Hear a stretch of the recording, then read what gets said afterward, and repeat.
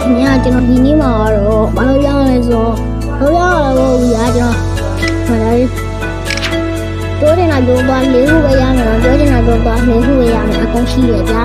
အဲ့လိုပြီးတော့ကျွန်တော်ခွာတော့ဘာလေးလုပ်ပြမလဲဆိုတော့တမဦးမပါလို့မပါလေကျွန်တော်အသေးကိုရနေမှာမဟုတ်ပါဘူးကျွန်တော်ဒီဟာလေးရေးပြီးတော့ဒါလေးရေးပြီးတော့ဒါလေးရေးပြီးတော့နောက်ပြီးတော့ဒါလေးရေးဆိုဒါလေးရေးပေါ့နော်တို့လည်းကြိုက်တာခိုင်းလို့ရပါတယ်လုပ်ပေးပါမယ်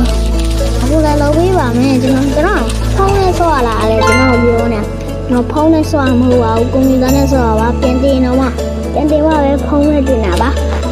ကွန်ပျူတာနဲ့ဆော့တာပြန်တင်မှပဲဖုန်းနဲ့တင်တာပါကျွန်တော်မေးထားကြတဲ့လူတွေပဲကျွန်တော်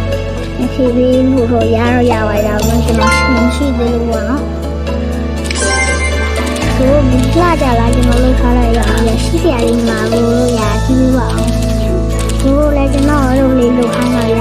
နော်တော်လေးဒီနေ့လောက်ရတော်လေးကြောက်နေတော့ဘူးရကိုယ်လေးခါလေးဒီမှာရရမလို့ရကျွန်တော်မနာမကြည့်ရင်ကျွန်တော်လိုက်လေးလို့အစာလေးကိုရေးပြီးတော့ဗျာမနာမကြည့်ပါနဲ့လို့နော်ကိုရမနာကြည့်လို့တော့ကြည့်လာကိုရငါပြီးလေးဗျာဆိုရင်တော့ကိုမနာမကြည့်ကြပါနဲ့နော်မနာမကြည့်ကြပါနဲ့မနာကြည့်လို့အဆိုင်စိတ်ကိုမှားသွားလိမ့်မယ်နော်ကိုရမနာမကြည့်ပါနဲ့နော်ကျွန်တော်တို့လေးပဲတင်တော့မှာပါမဒီနားမှာလုံနေခဏလေးဟာခဏလေးဗျာဟလာကျွန်တော်လုံးတော့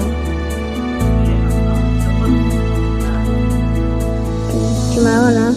တို့ပြောပေးပါအောင်က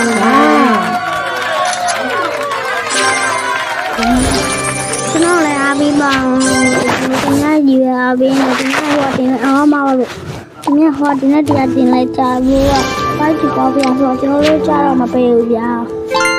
တက်လာပြောနော်